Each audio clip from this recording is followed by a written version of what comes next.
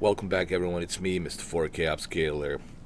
So this video I saw yesterday in the afternoon, and I was watching it. This is an interview with Destin and Phil Spencer. When this was originally recorded a few days ago, this was originally aired exclusively on his Patreon channel. And I've been getting a lot of questions. People saying, well, why was this done on a Patreon, on his Patreon channel? Why wasn't this done like publicly, where everyone can, ask questions? Well, first of all, Destin, it's trying to start his own career business as a journalist, especially on a YouTube and other places. So if you want to have the privilege to get in touch with Destin and to ask questions on the guests that he has, like Phil Spencer, well, then you should pay. No one's going to work for free, guys. If you want to ask questions and you're so what's the word, eager to ask those questions, well, then you should join his Patreon and ask those questions, to have the privilege. Everybody, listen, man. Everybody needs to make money. No one's doing this for free.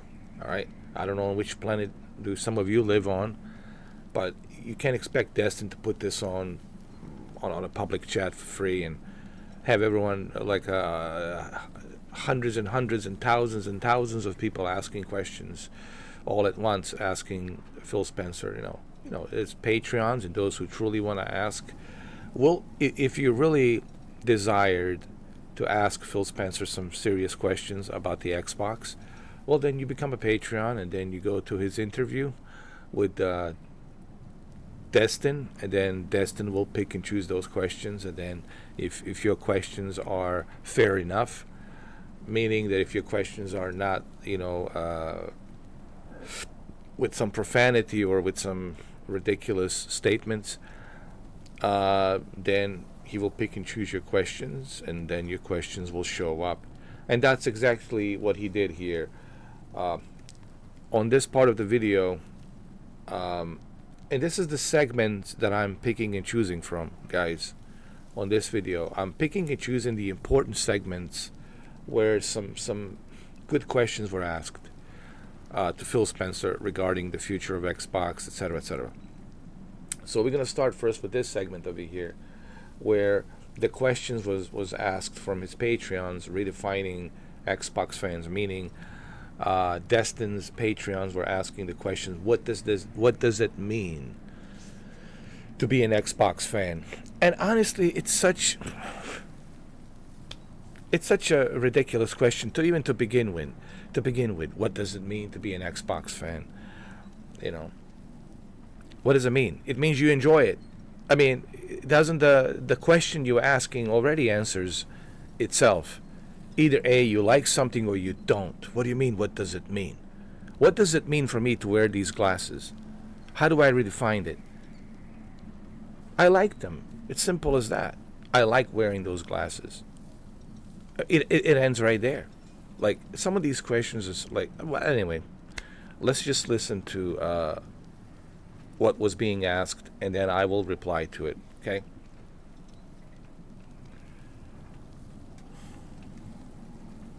From fans, from patrons who wrote in, and one of the pressing questions was about Satya Nadella's comments saying, we're redefining what it means to be an Xbox fan.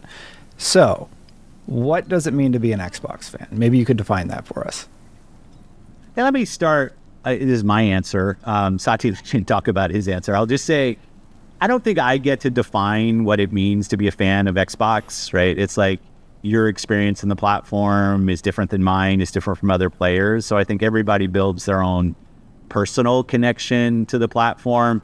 The thing that's really driving us is how do we continue to innovate to make the best games possible? And when we look at the world today, the best games, the biggest games, the ones that fuel kind of reinvestment in new games that are coming or games that are available in as many places as possible. So I want Xbox as a platform to be world-class at connecting players and creators wherever those players might be. And whether it's on cloud, whether it's on PC, whether it's on our own hardware and our own platform, which we love, or other places, we're constantly working at Xbox to make sure that everybody can play the games that they want to play. You know, one of the things I was really proud of yesterday at Showcase was we opened the show with the announcement that all of these games are play anywhere. And it was kind of just a text announcement, but for those of us that are playing on our handheld, like our Steam Decks, our Allies, or our Lenovo, like prototypes, console, like all of it matters that my save game moves with me. Like I wouldn't want to have to start Indie again because I'm playing on a different platform, on a different device. I want to be able to play the games that I'm playing everywhere. And I think we learn a lot as a platform by innovating in that space. So let's continue to innovate as a platform to allow the best games. And then from a fan standpoint, I think Showcase is a good example of this. Let's make sure the best games will be on Xbox, and that people will be able to play it, whether from our studios or other studios, and it's the best place to play those games. And it's so true. I mean, and honestly, look, people have a right to ask whatever questions they want to ask. You know, you're a paying Patreon. You know, you get what you pay for. But in my honest opinion, I think it's a very a ridiculous question. It's a irrelevant question. Like I said, I know these individuals pay the money to ask the question, so you can ask whatever you want to ask. But in all honesty, it's a very irrelevant question, and you can see the look on Phil Spencer's eyes is like, oh God, like, do I have to even? Okay, I have to answer this, I guess. You know, but that's essentially what he's saying. You know, your experience will be different than my experience. What's preference to you may not be preference to me. The preference of me wearing these glasses and these headphones, that's my own preference. It might not be Phil Spencer's preference. It may not be Destin preference. It may not be you who are watching this video preference, but it is mine.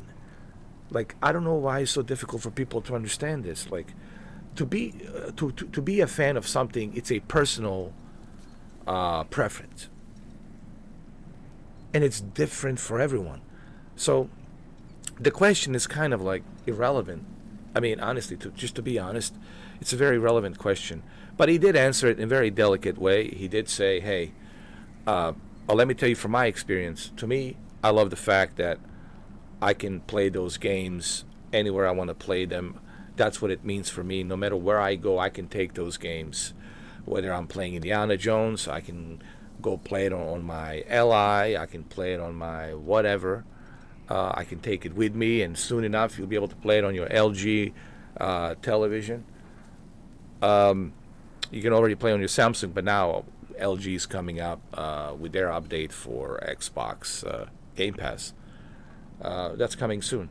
And that's what it means for him. See, for him, for Phil Spencer, it means I get to play whatever I want to play it, whether it be LG, Samsung, my Li, my PC, my gaming laptop, my Chromebook, my tablet, my MetaQuest 3, what have you, right?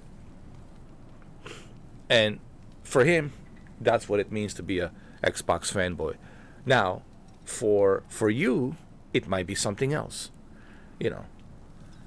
So it's kind of an irrelevant question, honestly, because to be a fan of something, either A, you like it or you don't.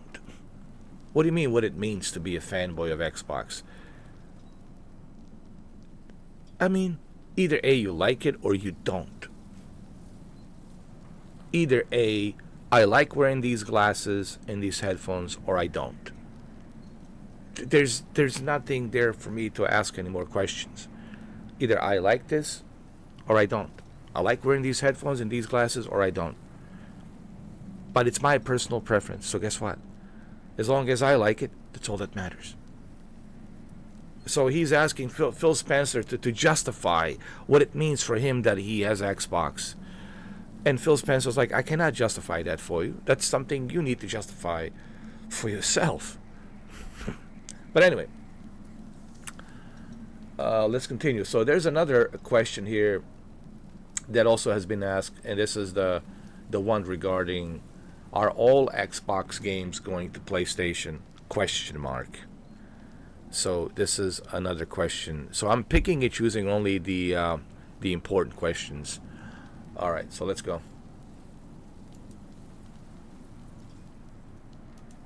Are all Xbox games going to PlayStation someday, or will there still be exclusives? How are those red lines looking these days? The red line, just to be clear, was of me responding to an answer. I sometimes gets positioned if I kind of ran out with a red lines T-shirt on. We are finding that our games shipping on multiple platforms is a good thing for Xbox. It makes Xbox stronger. It lets us do shows like we did with Showcase with great games, give our game time teams the time they need for us to invest in platform, for us to invest in hardware. I think all of this is part of what Xbox is going to be when we go forward. When you ask the question like no, I mean, there's Xbox games that have shipped that we're not going to put on other platforms. Some of the things we'll look at how they do, but you're going to see more games, not just shipping on PlayStation, shipping on Nintendo. We'll continue to support Steam the way that they ship. We want our games to be in places that people play. We think that enables us to do more on platform, do more on hardware, and it's a good system for us that works. It doesn't mean every other company's got to do it that way, but it does mean I think that measuring our progress is different than maybe we measured the progress of Xbox or a console-only platform 10 years ago. It's why we talk a lot about players. I think a lot about the hours that people play on our platform, where we're seeing growth. And this has enabled us to grow in places that we don't normally. Our fastest growing region right now is Asia in terms of players. And I think about hours. Our fastest growing hours is on cloud. It's us finding players in places that people want to go play. They want to buy a console. They want to buy a gaming desktop. Great. Our games will be awesome there. Our consoles will be a great place to play. But let's let games live where players want to play them. Got it. I remember a speech you made at some point. It was something like, we're doing 4 games. Those games aren't Indiana Jones and Starfield. Indiana Jones has an exclusivity window, to be fair. Can you solidify that Starfield's staying put for the time being?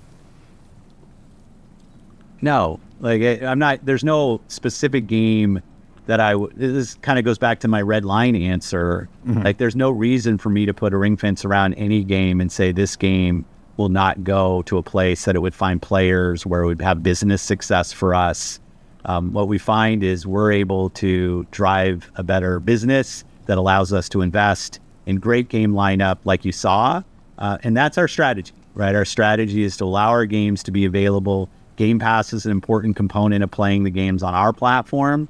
But to keep games off of other platforms, we don't think is the path that that's not a path for us. It doesn't work for us. What we're doing now, we think really enables us to build the best platform for the world's best games, because the world's biggest games are available in multiple places. And more creators are asking us, how do we stay connected when our game might be playable in all these different places? And we want Xbox to be absolutely the platform that enables that. We think that makes us unique. Most of the other platforms out there are single platform on single device, whether that's PC, whether it's mobile, whether it's a console. And we want Xbox to be a platform that enables creators across any screen that people want to play on. That's exactly what I've been preaching in the past few months. That's what I've been preaching in my videos. I've been telling this to my Sony fanboys. I've been telling this to my Xbox fanboys. I've been telling this to the PC Master Race. I've been telling this to my Nintendo fanboys. I'm just kidding. My Nintendo fanboys, they don't even care. Because Nintendo lives in its own... People ask me, how come you never mention Nintendo fanboys? Because they are in their own universe. They're well established since 1984. Since 1984, they have been well established since 1984. Therefore, they've been dominating in their own universe for 40 plus years. 40 plus years, as old as I am, as a matter of fact. So therefore, they don't need to justify, hey, look at our console, because their console and their brand has been justified in the past 40 plus years. And now with the Nintendo Switch 2, I mean, come on. Nintendo, it's only in a competition with itself. I just want to say this before I reply to this, what Phil Spencer just said, to the question that he answered. When it comes to Nintendo, people have asked me this. When it comes to Nintendo, it's in its own universe, ladies and gentlemen. Therefore, they're only in competition with themselves.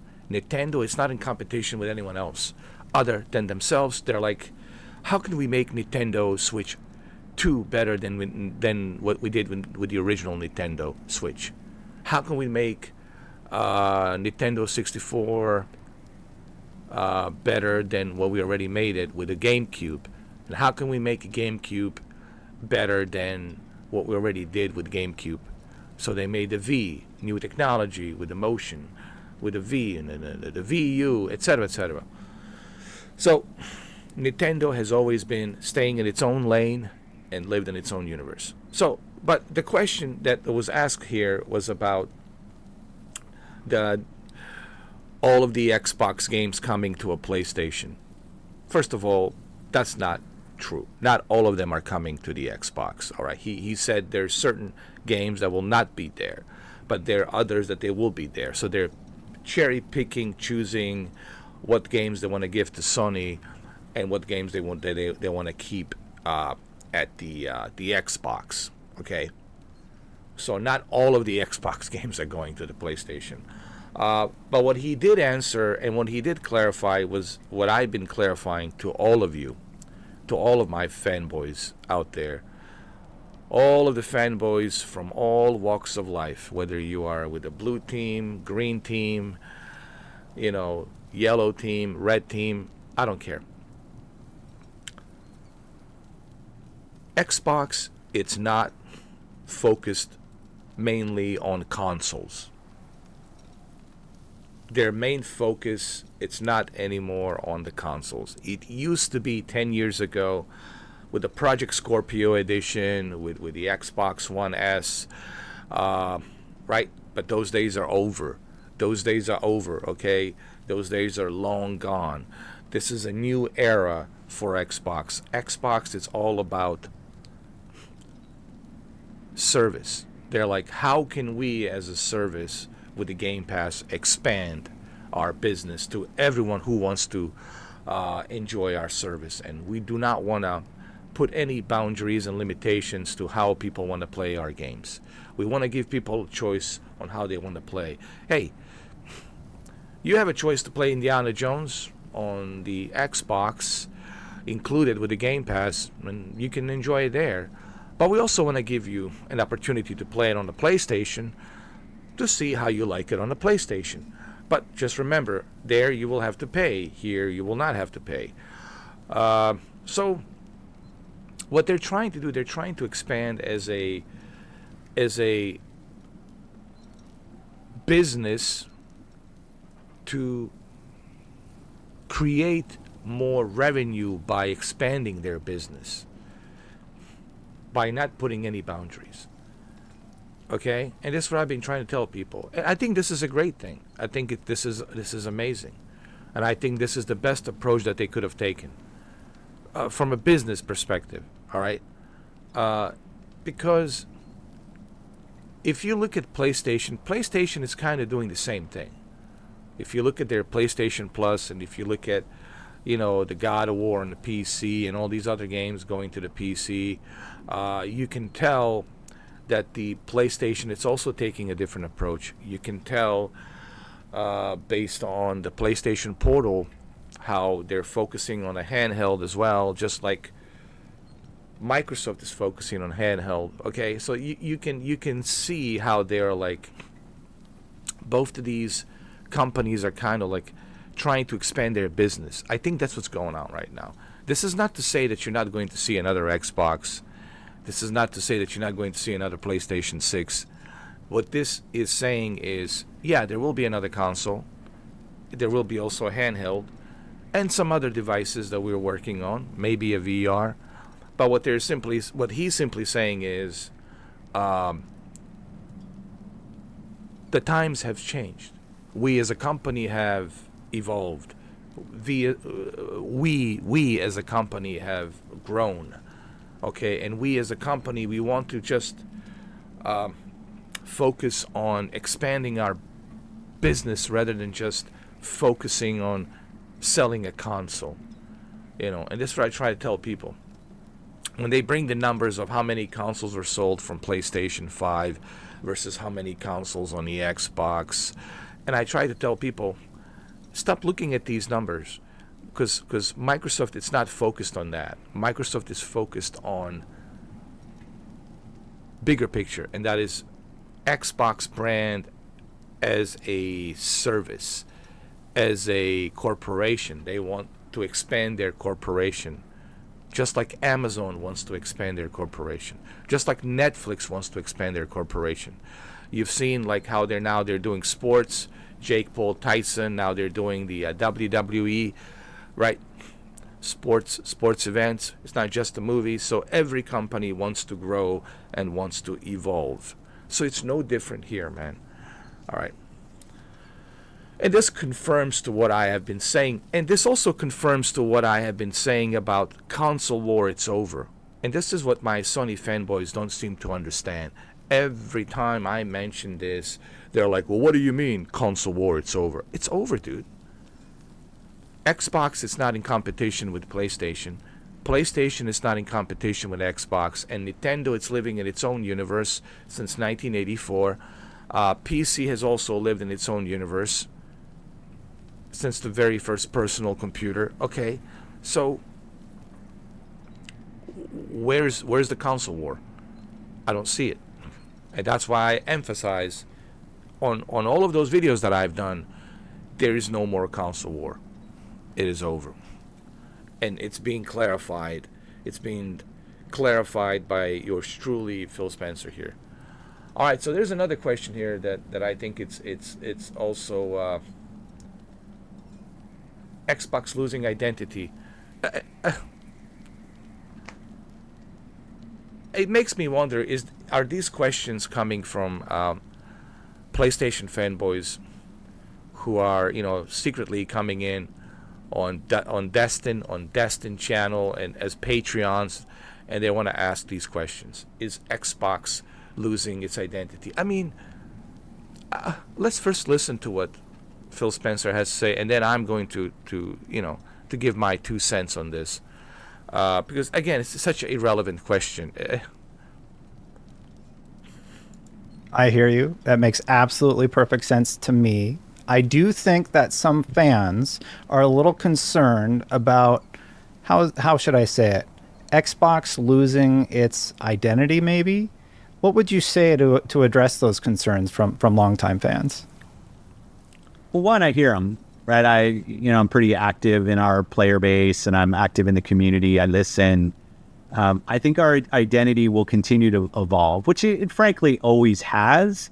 But when I hear concerns about, is my library of games safe? Am I still going to be able to play the games? And I think over the years, I'm proud of the commitment we've shown to respecting purchases on our platform through back compat, through cross entitlement, Xbox Play Anywhere, through crossplay, things that we've done to enable people to continue to play.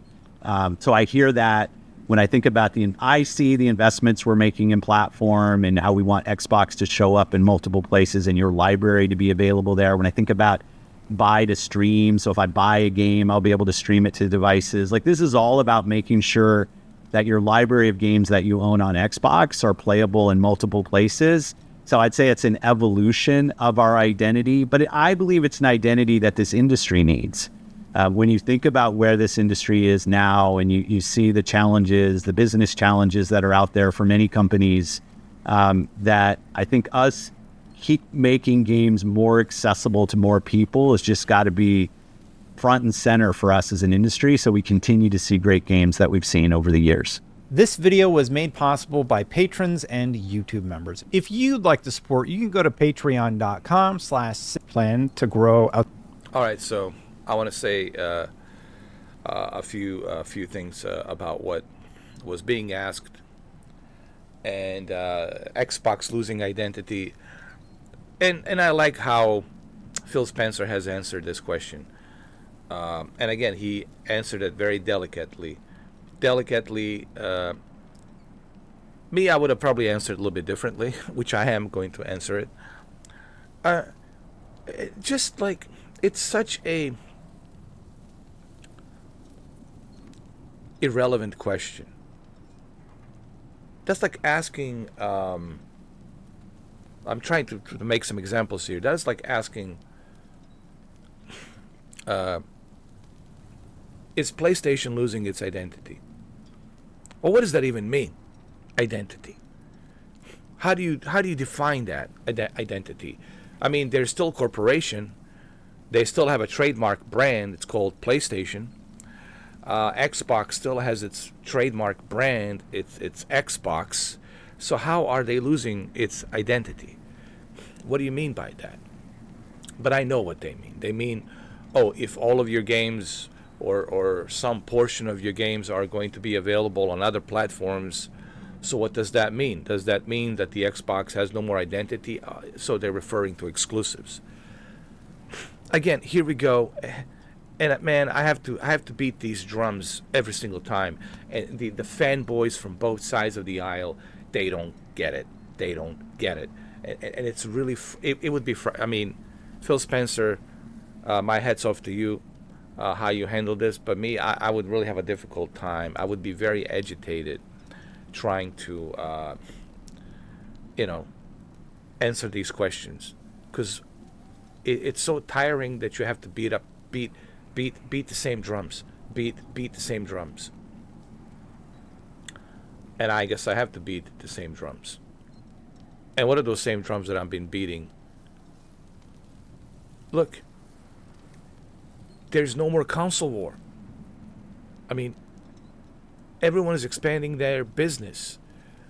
I mean, Sony is doing the same thing, putting all of their games on a PC. So what you're going to say? Maybe should you ask Sony, are you losing your identity because you're putting God of War and all these other exclusives, Ghost of Tsushima, Horizon, Spider-Man, The Last of Us, we're putting all of these games on a Steam and a PC? Are you losing your identity too? They're expanding business. They're not losing identity. They're expanding their business. All right? The console war, it's over. I mean, again, I have to beat those drums. I have to beat those drums. That's what I mean by beat them up. I don't mean beat them up, but it's like I have to use the sticks and beat the drums. Beat the drums with my sticks. And the answer is console war is over. You got to stop living in this amnesia from 2013, 14, the console war, it's over. It's finito, it's finished, done. It's over. This is a new era. It's 2025, for crying out loud, all right? It's 2025. It's a new era of gaming and business portfolios. It's evolving. Technology, it's evolving. So what basically Phil Spencer is saying, it's a different time, and it's different time for us also to expand our business and our strategy. And our strategy is very simple. We want the Xbox brand to be a service that will benefit you, that will give you options, that will not going to put any boundaries, restraints on where you can play, how you want to play. And we also will give you a benefit where you can earn rewards and gift cards, etc., etc. Day one releases where you don't have to pay for them, while other places you will have to. So, but they're not forcing you, you see. They also want to give others opportunity to experience these games. If you look at Fortnite, you can play it anywhere. If you look at Roblox, you can play it anywhere. So it's kind of the same business strategy that Phil Spencer has. He doesn't want to put any restraints. He doesn't want to put any boundaries where you want to play, how you want to play it. But you are getting benefits. If you are part of our team, you will get benefits. And this is what I've been preaching when it comes to Xbox regarding the benefits. And I don't know why people can't hear me. Like, This is common sense, all right? All right, so let's move on to another question. Where Xbox will grow the most? Listen, this is again a relevant question, so I don't want to really spend too much time on that. Xbox is already growing, dude. They're already growing. But if you're only looking at console, then you're looking at it in the wrong way. Don't just look at console or how many, quantities or how many number of Xbox Series X and S have we sold. Don't look at it that way, because Xbox is not just a console. This is what I don't understand about the fanboys from both sides of the aisle, not just the Sony but also the Xbox side of the aisle. Both the blue and the green team of fanboys don't seem to get it. Xbox is not just the console. It's not just a plastic electronic console. It's more than that. And I think that's what Phil Spencer is emphasizing. It is more than that. And for the life of me, I don't understand why fanboys on both sides of the aisle are having a difficult time trying to understand this. All right, so I want to focus on this. A multi-platform future. This is a good question. It's just top notch. Do you see the market going more in that direction, just as an anecdote? Because you're talking about releasing basically anywhere the players are. Some people are still doing traditional models, but the industry is making $300 million games now, and they're looking for new revenue growth sectors. Where do you see the games industry, not just Xbox, but the games industry going with that regard? It's already there. And I know they're not always the games that all the community talks about, but I see the most played games on the platform. And when you look at the most played games, you're looking at games that are available on any screen from the creators. If you think about a Fortnite, you think about a Roblox, a Minecraft, a Call of Duty, a Genshin, you look at these games and they have tremendous success because they're available anywhere, from small screen to big screen. I'm able to log in and play the games that I want to go play. And those are the games that are at the top of revenue and the top of players on every platform. It have been for a while. I remember it was a few years ago, I made some comment about single player games not having the same impact that they used to have. And I got a bunch of, kind of grief for that. But what I was just saying is I love playing single player games. I love the fact that in our showcase, every one of those games is a single player game. Beginning, middle, and end, I can go play those games. But when I saw the business and where the kind of hours and revenue was going, I was worried that if $70 was your only solution to selling a big single player game, that you might run into just the money and the time are going to other games. And this is kind of part of Game Pass's genesis and what we were trying to do there. And it's helped us. It's helped us to support those games. But I wouldn't look at you position kind of as a forward look, and I get it. Yes, I think you're going to continue to see more and more games available on more screens, but frankly, it's today. When you look at the biggest games in the world, they're available in a ton of geos and on many different screens, and that's what creators want. We touched on it a little bit already, but a lot of people asked this question. It was in regards to the no red lines comment again, in regards to Halo, and they're wondering what is the value proposition to owning, say, an Xbox console or being in the Xbox ecosystem. You're going to be able to play your games that you buy with us in many different places.